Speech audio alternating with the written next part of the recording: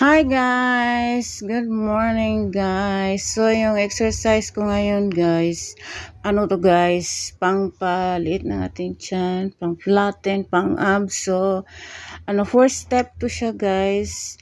Ang ginawa ko guys kasi hindi ko kaya yung, gusto to, 30 counts every step. So, ang ginawa ko guys, 10 counts every step guys, tapos rest ng 15 seconds kasi matanda na ako guys, di ko na kaya yung intense na workout guys. So ang ginawa ko is 10 counts every step, rest, tapos balik ulit 10 counts, dayon rest, then another step, basta 10-10 lang yung inano ko niyan guys. Tapos 3 beses kong inulit siya guys.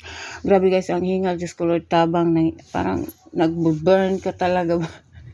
So, yan po yun guys. So, iyon po ang pinaka-last guys. Pero, ganun pa rin hirap.